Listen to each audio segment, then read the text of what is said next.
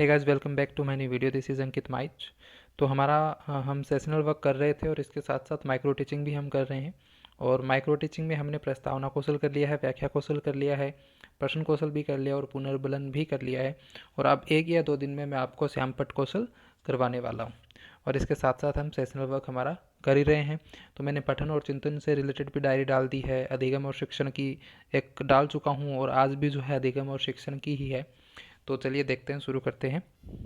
तो सबसे पहले आपको डायरी में क्या बनाना होता है, पहला पेज पर तो अपने नाम वगैरह लिखने होते हैं। उसके बाद आपको बनाना होता है इंडेक्स, ठीक है। तो इसके बाद आपको इंडेक्स बनाना है। इंडेक्स में जो भी आप कौन कौन से मतलब टॉपिक पर आप जो डायरी बना रहे हो वो आपको लिखने हैं। तो सबसे पहले जैसे यहाँ पर प्रस्तावना है, फिर उद्देश्य लिखना है, फिर शिक्षण कौशल का अर्थ है।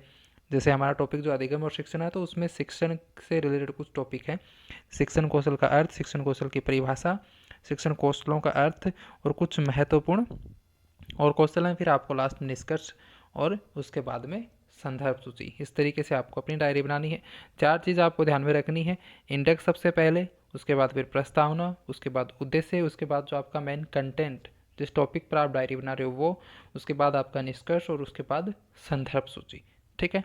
तो इस तरीके से हमारी डायरी होने वाली है। और यहाँ पर प्रस्तावना लिखी हुई है। और अगर किसी का ये शिक्षण कौशल ही टॉपिक है तो वहाँ से एज इट इज़ कॉपी भी कर सकता है, ठीक है। तो ये प्रस्तावना है, उसके बाद इसका उद्देश्य आ जाएगा और उसके बाद शिक्षण कौशल का अर्थ जो कि यहाँ पर लिखा हुआ है।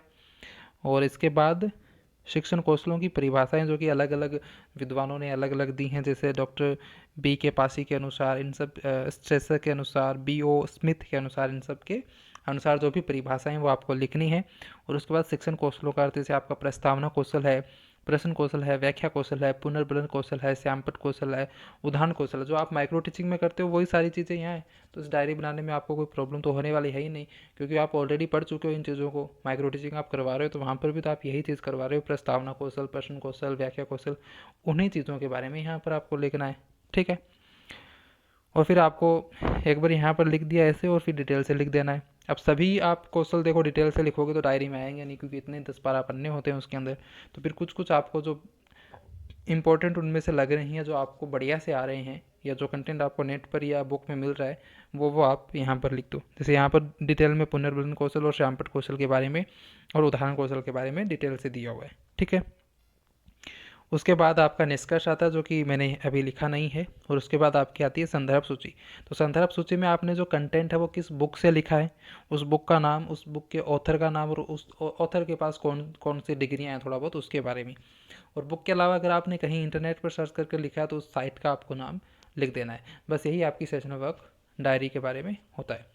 तो अगर वीडियो पसंद आए तो वीडियो को लाइक करना और चैनल पर नए हो तो चैनल को सब्सक्राइब करना। मिलते हैं नेक्स्ट वीडियो में। Thank you so much for watching. Bye.